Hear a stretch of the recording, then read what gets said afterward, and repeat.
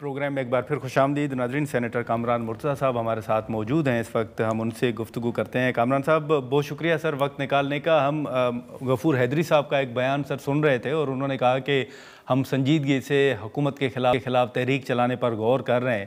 پہلے بھی آپ سے اس حوالے سے گفتگو ہوئی تھی, کوئی اجلاس ہوئے ہیں, ابھی کیا فیصلہ ہوا ہے؟ حالیہ یہ جو پیش رفت سامنے آئی ہیں, جو واقعات پیش آئے ہیں, اس کے بعد آپ لوگ سر کیا سوچ رہے ہیں؟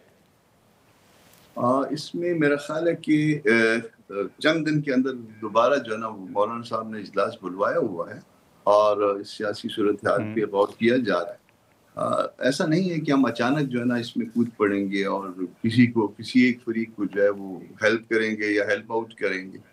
ہم سیاسی صورتحال کا جائزہ لے رہے ہیں اور مولانا صاحب ان کی انسٹرکشنز ہے کہ کوئی ہفتہ 10 دن میں کوئی اجلاس جو ہے نا وہ بلوا رہے ہیں اور دین جو ہے نا اس میں ڈیسیجن لیں گے کہ اس ملکی صورتحال میں کیا کیا جائے, جے یو آئی کا کردار کیا ہونا چاہیے. مگر ایک بات تو آپ دیکھیے نا, 26 امینڈمنٹ میں کوئی کردار اگر پازیٹیو کردار تھا اپوز کرنے کا تو جے یو آئی کا تھا, باقی تو ابسٹین کر رہے تھے نا جی. اس کے بعد باقی جتنے بھی متنازع بل تھے اس میں سب پہ جو ہے اپوز کرنا اور ہاؤس میں رہ کے اپوز کرنا وہ جے یو آئی نے کیا ہے.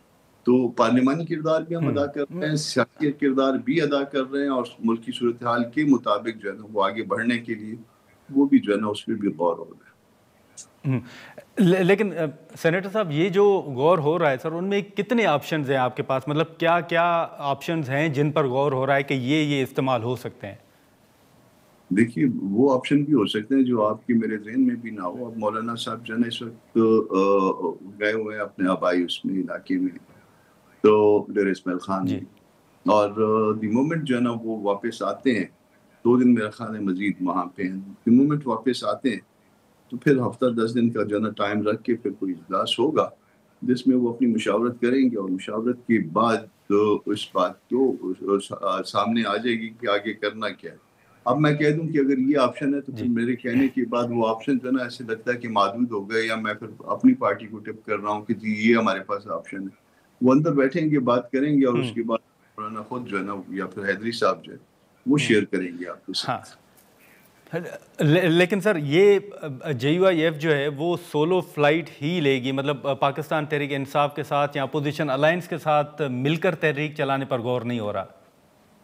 ہم پہلے جو ہے نا وہ جو جن کے ساتھ ہم نے مل کے جن کو لیڈ کر کے ہم نے تحریک چلائی تھی اس کے نتیجے میں ہماری سیٹیں آدھی ہو گئی ہیں. آپ چاہتے ہیں کہ باقی آدھی بھی چلی جائے.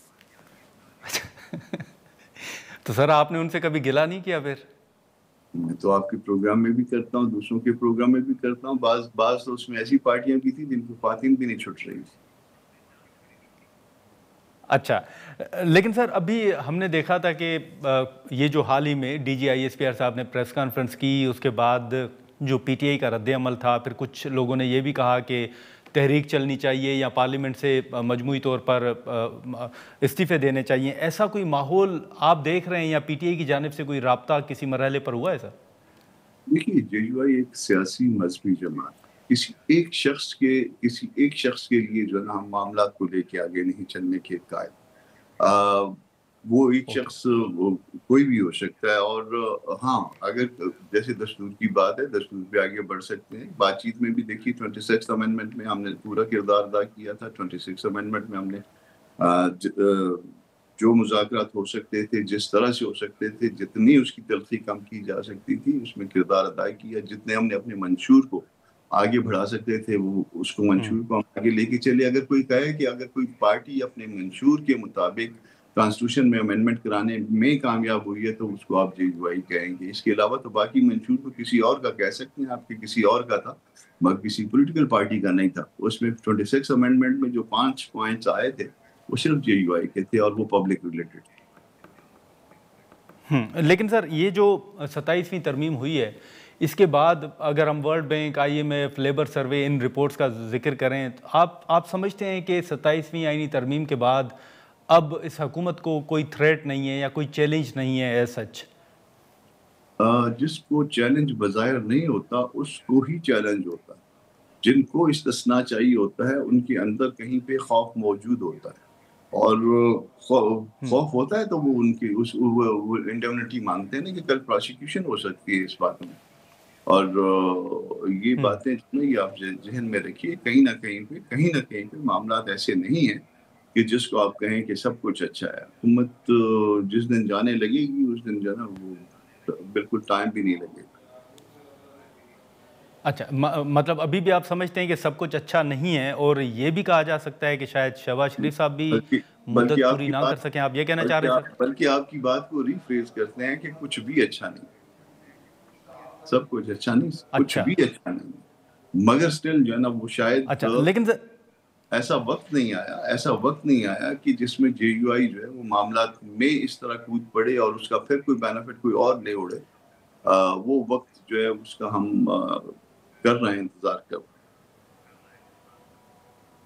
اچھا، مطلب سر اگر میں دوبارہ یہی سوال رکھوں کہ آپ انتظار کر رہے ہیں اور آپ کو یہ نظر آ رہا ہے کہ آنے والے چند ماہ یا سال ڈیڑھ میں صورتحال شاید تبدیل ہو جائے، اس لیے آپ صبر اور انتظار کر رہے ہیں؟ میں آپ کی بات کو پھر ریفریز کرتا ہوں.